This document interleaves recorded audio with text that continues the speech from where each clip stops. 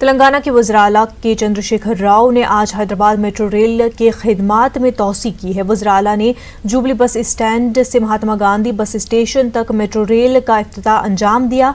उसके साथ ही 11 किलोमीटर की राहदारी कारकर्द हो गई है। इस मौके पर रियासती वुज़रा, अरकान assembly, parliament mayor, deputy mayor और दीगर मौजूद थे। KCR ने मेट्रो में सफ़र किया और उसके साथ ही हैदराबाद मेट्रो रेल ऑपरेशनल फासला जुमला 69 किलोमीटर हो गया है। इसमें पहले मरहले की कॉरिडोर के 29 और तीसरे कॉरिडोर के 29 किलोमीटर शामिल है। JBS से MGBS रूट पर 25 नवंबर से तजुर्बाती दौड़ जारी थी। नई राहदारी में 9 स्टेशन हैं। उनमें Jubilee bus station, Secunderabad parade ground, Gandhi hospital, west RT, Musheerabad, Chikkadpally, सी चौराहा, सुल्तान नारायण गुड्डा बाजार और MGBS शामिल है। बताया जा रहा है कि फिलहाल यौमिया 4 लाख मुसाफिरीन मेट्रो ट्रेन से दोनों राहदारियों में सफर कर रहे हैं। नए शहर को पुराने शहर से जोड़ने वाले मेट्रो रेल प्रोजेक्ट तातुल का शिकार है। हैदराबाद पुराने शहर के अवाम मेट्रो रेल का बेसब्री से इंतजार कर रहे हैं। हैदराबाद के रुकन पार्लियामेंट असदुद्दीन ओवैसी ने भी कल ही ट्वीट करके हुकूमत को इस मामले पर तवज्जो दिलाई।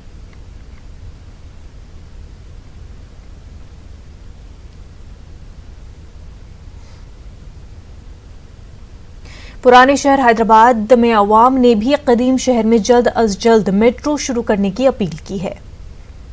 मैं CM साहब से एक रिक्वेस्ट करूंगा कि जल्द से जल्द इमली बंद से जो काम रुका हुआ है वो तेज़ी से काम हो। अब तो MIM भी राज़ी है। असदुद्दीन ओवैसी साहब भी ट्विटर पे बताया कि भाई ये भी काम जल्द से जल्द, अब कोई रुकावट मैं नहीं समझता हूँ कि कोई रुकावट अब है।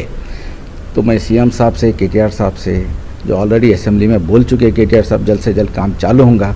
तो मैं सबसे है सो एक रिक्वेस्ट करता हूँ कि यहाँ के जो लोगों के जो मसले हैं, एक बड़ा मसला मेट्रो रेल का है। अगर हम उनको जल्द से जल्द ये चीज़ उन तक पहुँचाएंगे तो एक बड़ी खुशी की लहर, TRS के जितने कारनामे हैं उसके साथ ये भी एक बड़ी कामयाबी हमको मिल सकती।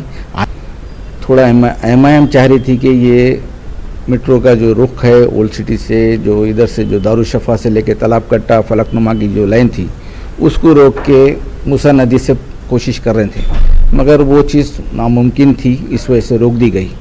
अब तेलंगाना के कुंभ मेले मेडाराम यात्रा में रियासती वज़ीर आला के चंद्रशेखर राव ने शिरकत की। KCR के खसूसी तैयारे के जरिए मेडाराम का दौरा किया। रियासती वज़रा ने वज़ीर आला का इस्तकबाल किया। वज़ीर आला ने इस मौके पर खसूसी पूजा की। इस मौके पर सिक्योरिटी के कड़े बंदोबस्त किए गए थे। हरियाणा के गवर्नर बंडारू दत्तात्रेय ने भी मेडाराम यात्रा में शिरकत की। यात्रा में अकीदतमंदों की बड़ी तादाद ने शिरकत की।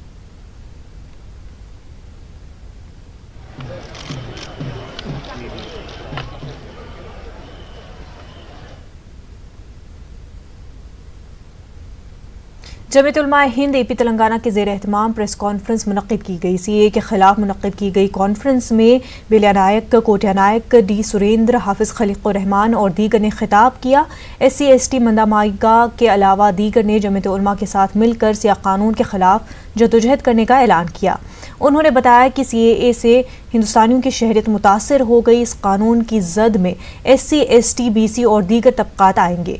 इस मामले पर देश बचाओ दस्तूर बचाओ प्रोग्राम के तहत मुल्क भर में शोर बेदार करने का मंसूबा बनाया गया।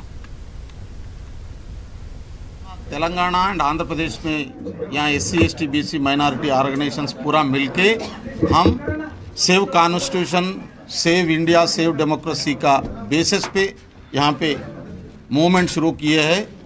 इसका प्रोग्राम शेड्यूल मैं आपके सामने रख रहा हूँ। 14 तारीख को, मार्च 14 तारीख को हैदराबाद में दोनों स्टेट का SC ST BC माइनॉरिटी लीडरों का मीटिंग रहेगी।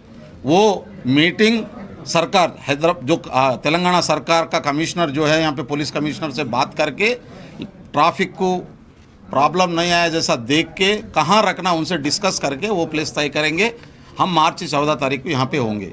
वो ये एक्ट से SC ST BC को जो नुकसान होने वाला है वो जनता को जानकारी देने के लिए हम पूरे मिलकर फरवरी 10 तारीख से मार्च 10 तारीख तक घर घर जाएंगे।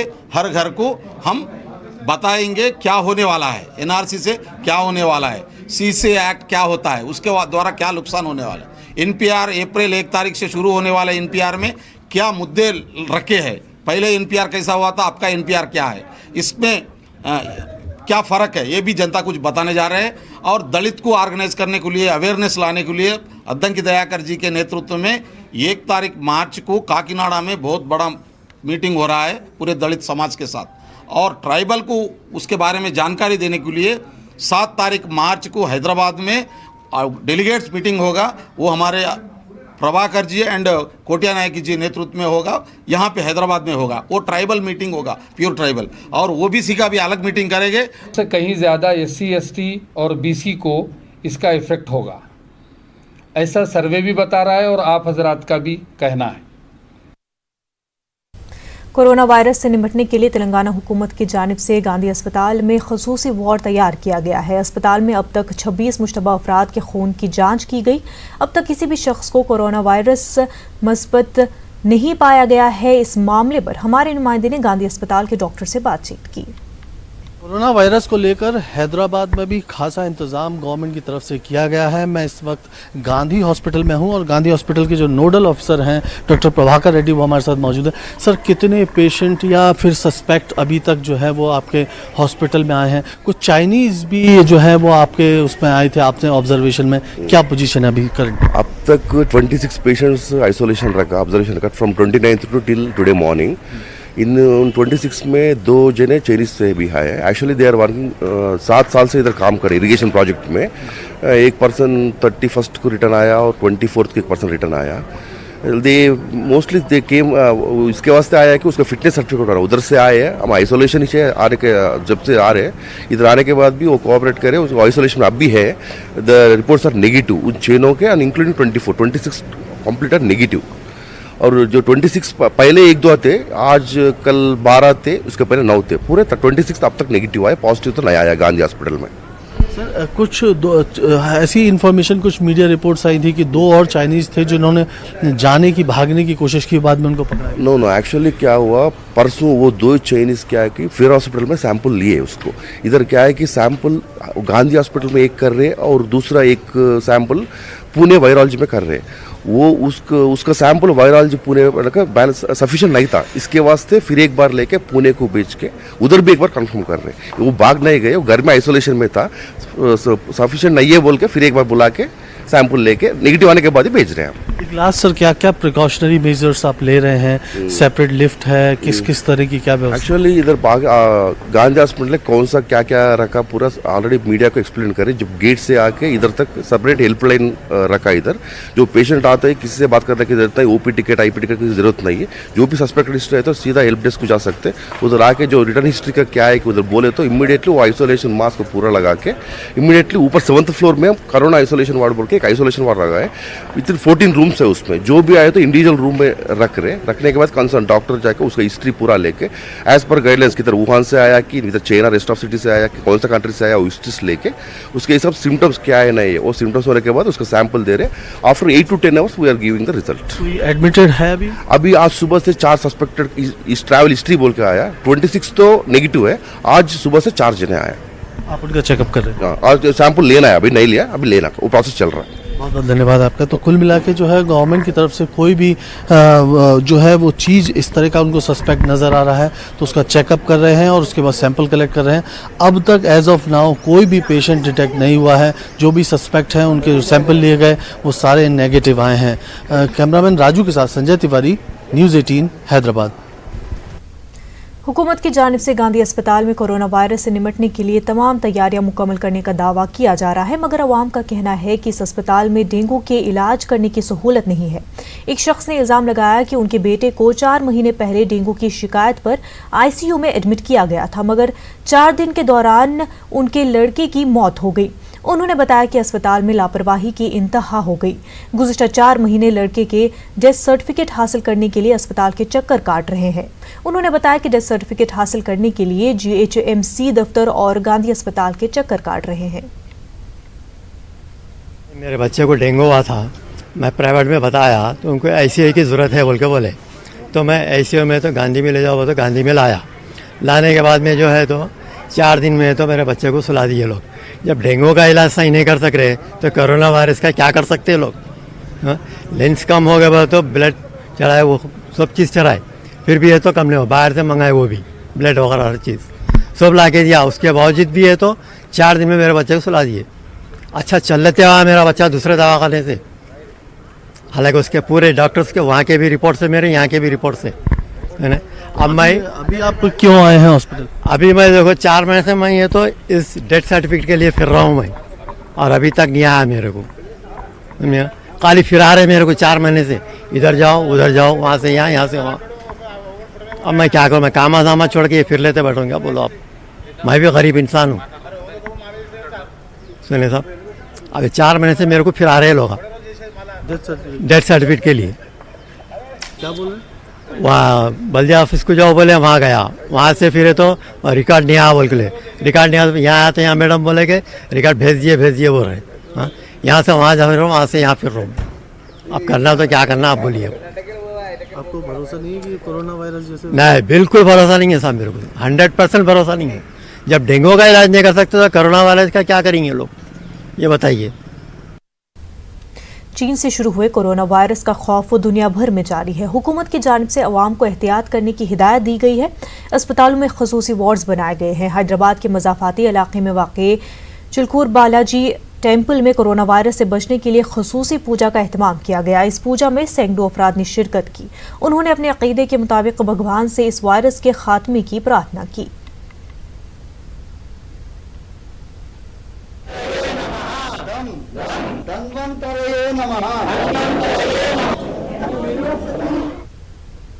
तेलंगाना आरटीसी इलेक्ट्रिक बसों को हासिल करने से महरूम हो गई है। मरकजी हुकूमत ने तेलंगाना आरटीसी को रियायती कीमत पर इलेक्ट्रिक बसों को हासिल करने का मौका फराहम किया था। अब वो डेडलाइन खत्म हो गई है। जब बसों को हासिल करने का मौका फराहम किया गया था, उस वक्त तेलंगाना में आरटीसी मुलाजमीन की हड़ताल चल रही थी। पेश है खास रिपोर्ट।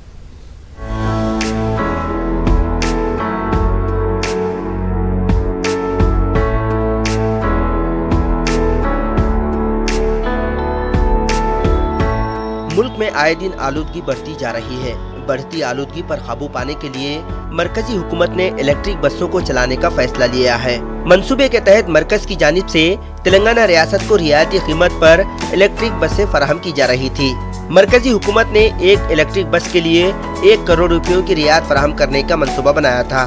मरकजी हुकूमत ने तेलंगाना आरटीसी के लिए 325 इलेक्ट्रिक बसों को मंजूरी दी थी, जिसमें हैदराबाद के लिए 300 और करीमनगर के लिए 25 इलेक्ट्रिक बसें शामिल थी। इलेक्ट्रिक बसों के लिए गुज़िश्ता साल अक्टूबर में टेंडर तलब करना था।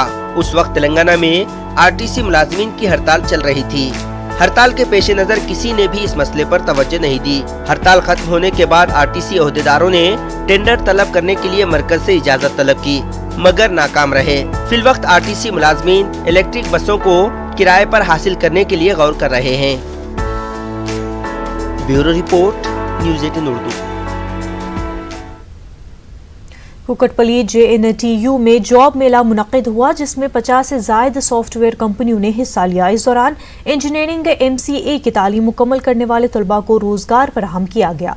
इस दौरान 7,500 उम्मीदवारों का ऑनलाइन स्क्रीन टेस्ट मुनक्किद हुआ। टेक एरा की क़यादत में मुनक्किदा जॉब मेले में तकरीबन 700 से ज़ायद बच्चों को रोजगार फराहम किया गया। टेक एरा के MD किरण ने स्किल्स को डेवलप करने का तलबा को मशवरा दिया।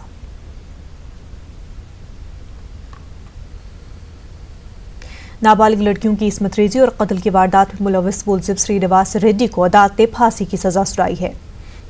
अदालत के फैसले के बाद हाजीपुर गांव में खुशी का माहौल देखा गया। लोगों ने एक दूसरे में मिठाइयां तकसीम करते हुए अदालत के फैसले पर खुशी का इजहार किया। वाज़ेह कि मुलजिम श्रीनिवास रेड्डी नाबालिग लड़कियों को लिफ्ट की पेशकश करते हुए सुनसान मकाम पर ले जाकर इस्मत रेजी और फिर कत्ल करते हुए बावली में फेंक दिया करता था। नलगुंडा की पोस्को अदालत ने यह फैसला सुनाया है। मकामी अफराद ने अदालत के फैसले पर अंदरून 1 हफ्ता अमल करते हुए मुलजिम को जल्द से जल्द फांसी देने की अदालत से ख्वाहिश जाहिर की है। सरकारी स्कूलों में बुनियादी सहूलियात की फराहमी के लिए रियासती हुकूमत संजीदा है। सरकारी स्कूलों की हालत को बेहतर बनाने के लिए 1500 करोड़ रुपए का बजट मुख्तस किया गया है। ताड़ेपल्ली सीएम कैंप ऑफिस में वज़ीर-ए-आला जगनमोहन रेड्डी की क़यादत में प्रोग्राम कलोराज पर जायजा इजलास मुनक्किद हुआ। इस दौरान वज़ीर-ए-आला ने सरकारी स्कूलों की मौजूदा सूरत हाल से वाक़फियत हासिल की। जायजा इजलास में रियासती वजीर ए सुरेश और महकमे तालीम के आला अहदेदारों और दीगर ने शिरकत की। वज़ीर-ए-आला जगनमोहन रेड्डी ने सरकारी स्कूलों को कॉरपोरेट तर्ज के स्कूलों में तब्दील करने का मंसूबा बनाया है।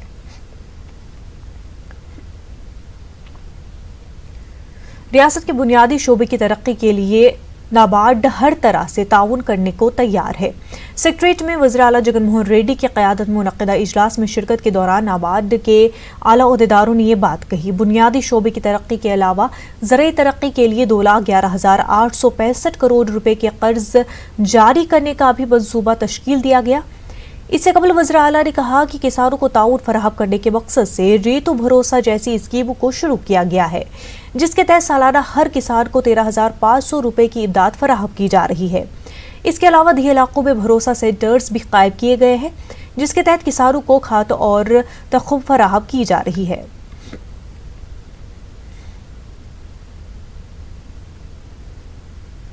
कर्नूल जिले के आत्मकूर में बस स्टैंड के रूबरू एनआरसी, एनपीआर और सीए के खिलाफ एहतजाज जारी है। गुज़िश्ता 5 दिनों से जंजीरी भूख हड़ताल का आगाज हुआ है। मकामी रुकन असम्बली ने हड़ताली कैंप पहुंचकर इजहारी यगानगत जताई। रुकन असम्बली चक्रपाणी रेड्डी ने कहा कि अगर मुसलमानों के साथ नाइंसाफी होती है तो वो एमएलए के ओहदे से इस्तीफा देने के लिए तैयार है। इस मौके पर उन्होंने मरकज की बीजेपी हुकूमत पर सख्त तनकीद की। उन्होंने कहा कि वोट बैंक की सियासत के लिए बीजेपी इस तरह के कानून ला रही है। इस दौरान उन्होंने रियासत की अपोजिशन जमात तेलुगुदेशम पर भी कड़ी तनकीद की। रुकन असम्बली चक्रपाणी रेड्डी ने कहा कि चंद्रबाबू नायडू ने एक दिन भी शहरी तरमीमी कानून पर कुछ नहीं कहा। బదలం చేసుకోవాలనే ఉద్దేశంతో ఈ యొక్క భారతీయ జనతా పార్టీ ఎన్నో రకాల ముస్లింలను ఏ విధంగా అయినా సరే వేరు చేయాలి, ఈ యొక్క సమాజం నుంచి వెలివేయాలనే ఉద్దేశంతో దుర్మార్గమైనటువంటి ఆలోచనతో ముందుకు వెళ్తా ఉంది. నేను ఒకటే చెప్తా ఉన్నా, ఈరోజు సిఏఏ కానీ ఎటువంటి పరిస్థితుల్లో నేను ఈరోజు ఆ రోజు స్టేట్మెంట్ నా అవసరమైతే నా ఎమ్మెల్యే పదవికైనా త్యజిస్తానని ఆ రోజు రాజీనామా చేస్తాననేటప్పుడు నువ్వు ఏం భయపడాకు, చక్రపాణి రెడ్డి ఉన్నంతసేపు ఎవరి భయపడాల్సిన అవసరం లేదు, నేనున్నాను మీకు అండగా, మీరెవరు లేవు. చక్రపాణి రెడ్డి ఆడ లేస్తే చక్రపాణి రెడ్డి తలకాయ పైకి లేయాలి, అంతే తప్ప ప్రసక్తి లేదు. ఏదైనా అనొడక దేనికైనా సరే మనం మీరు లేసేది ఏంటి, ఇక్కడ జరుగుతున్నటువంటి కుట్ర జరుగుతూ ఉంది.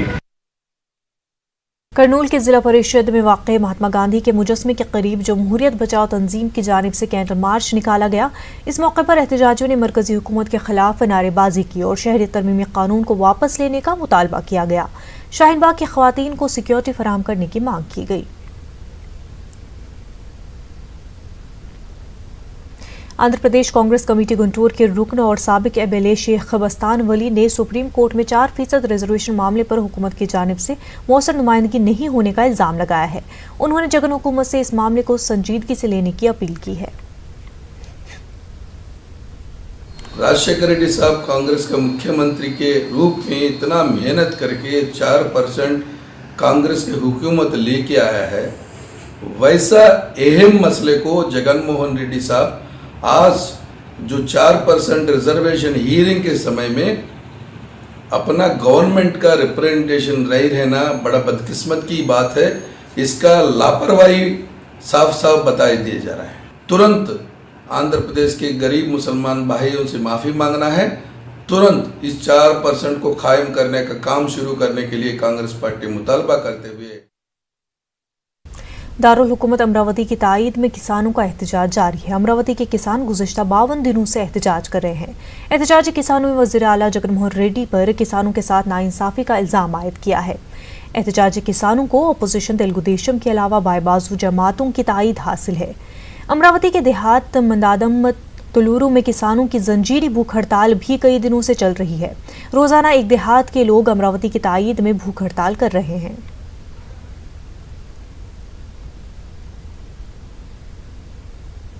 अमरावती के किसानों ने आज अनोखा एहतजाज किया। किसानों ने बुजुर्ग मुसलमानों को नमाज जुमा के बाद तहनीयत पेश की।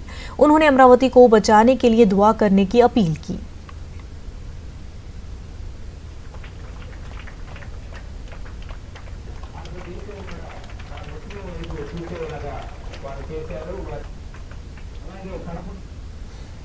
अमरावती जेएसी का वफ्द दिल्ली दौरे पर है। आज वफ्द ने अपने मसाइल को हल करने के लिए सदर जमहूरिया रामनाथ कोविंद से मुलाकात की और उन्हें अमरावती को बचाने के मामले पर मुदाखलत करने की अपील की। दिल्ली दौरे के मौके पर अमरावती जेएसी के लीडरों ने मरकजी वुज़रा से भी मुलाकात की। जेएसी वफ्द ने मरकजी वजीर ट्रांसपोर्ट नितिन गडकरी से मुलाकात की और रियासती हुकूमत की जानिब से 3 सदर मकाम के फैसले को वापस लेने के लिए मरकजी हुकूमत से मुदाखलत की अपील की। खलीजी ममालिक के एजेंटों के लालच और धोखाधड़ी का शिकार हो गई है। आंध्रा, तेलंगाना और तमिलनाडु की 20 खवातीन खलीजी ममालिक मस्कत में फंस गई हैं। खवातीन मस्कत के हिंदुस्तानी सफारतखाने में मौजूद है, लेकिन उनकी वतन वापसी के लिए उनके पास न रकम है और ना ही पासपोर्ट। वो 5 महीने से वतन से दूर है। खवातीन ने वीडियो जारी करके बताया है कि एजेंट ने उन्हें घरेलू काम के लिए रवाना किया, मगर उन्हें मुख्तलिफ कामों के लिए दबाव डाला गया। बात नहीं मानने पर उन्हें तशद्दुद का निशाना बनाया गया। उन्होंने अपने रिश्तेदारों को हुकूमत से उन्हें सलामती के साथ वतन वापस लाने की अपील की है। చనిపోయారన్న బిడ్డను చదివించుకోవాలి, అప్పులు తీర్చుకోవాలని ఇంతకు వచ్చానన్న. కానీ నన్ను రక్షించాలి, ఎవరు లేరని. నేను ఇప్పుడు ఇండియా అమ్మేసుకెళ్తానని నీకు 2 కాళ్ళటి దండం పెడతాను, నన్ను రక్షించన్నా ప్లీజ్ అన్న, నన్ను రక్షించన్నా. నాదైతే నేనుండి ఒళ్ళు పశ్చిమ గోదావరి నుండి నాది పెద్దపేట అన్న. నా పేరు లలిత అన్న, ప్లీజ్ అన్న. आंध्र प्रदेश में लोकल बॉडी इलेक्शन की तैयारियों पर इलेक्शन कमीशन की जानिब से आज अजला कलेक्टर्स के साथ वीडियो कॉन्फ्रेंस मुनक्किद की गई। इस कॉन्फ्रेंस में रियासती चीफ सेक्रेटरी और दीगर हुकाम ने शिरकत की। इस मौके पर रियासत में 10वीं और इंटरमीडिएट इम्तहानात के शेड्यूल से छेड़छाड़ किए बगैर इलेक्शन करवाने पर गौर-व-ख़ौज़ किया गया। अजला कलेक्टर्स को इंतखाबात के लिए तैयार रहने की हिदायत दी गई। फहरिस्त राय दहिंदगान को अपडेट करने की भी हिदायत दी गई। रवा महीने के आखिरी हफ्ते में इंतखाबी एलामिया जारी करने का इम्कान जाहिर किया जा रहा है।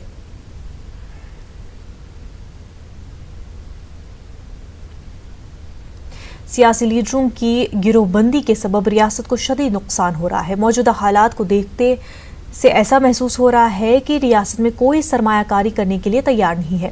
ये कहना है जनसेना पार्टी के सदर पवन कल्याण का। उन्होंने कहा कि गिरोहबंदी के सबब अवाम का नुकसान है, सियासी लीडरों का नहीं। विजयवाड़ा में पार्टी कारकुनों से खिताब के दौरान पवन कल्याण ने कहा कि अब तक रायलसीमा से 6 वज़ीर आला मुंतखब हुए, उसके बावजूद रायलसीमा की तरक्की नहीं हो पाई है। पवन कल्याण ने कहा कि लोगों में रायलसीमा के लिए को लेकर काफ़ी खौफ है, उसको ख़त्म करने की ज़रूरत है। ओल्ड एज पेंशन रोके जाने पर सीपीएम ने एहतजाज किया है। जगन हुकूमत को रोके गए पेंशन को फौरी बहाल करने की मांग की गई है। सीपीएम लीडर ने हुकूमत पर अहल फर्द अफराद के पेंशन ख़त्म करने का इल्ज़ाम लगाया है। उन्होंने कहा कि जगन हुकूमत इंतखाबी वादों के खिलाफ काम कर रही है।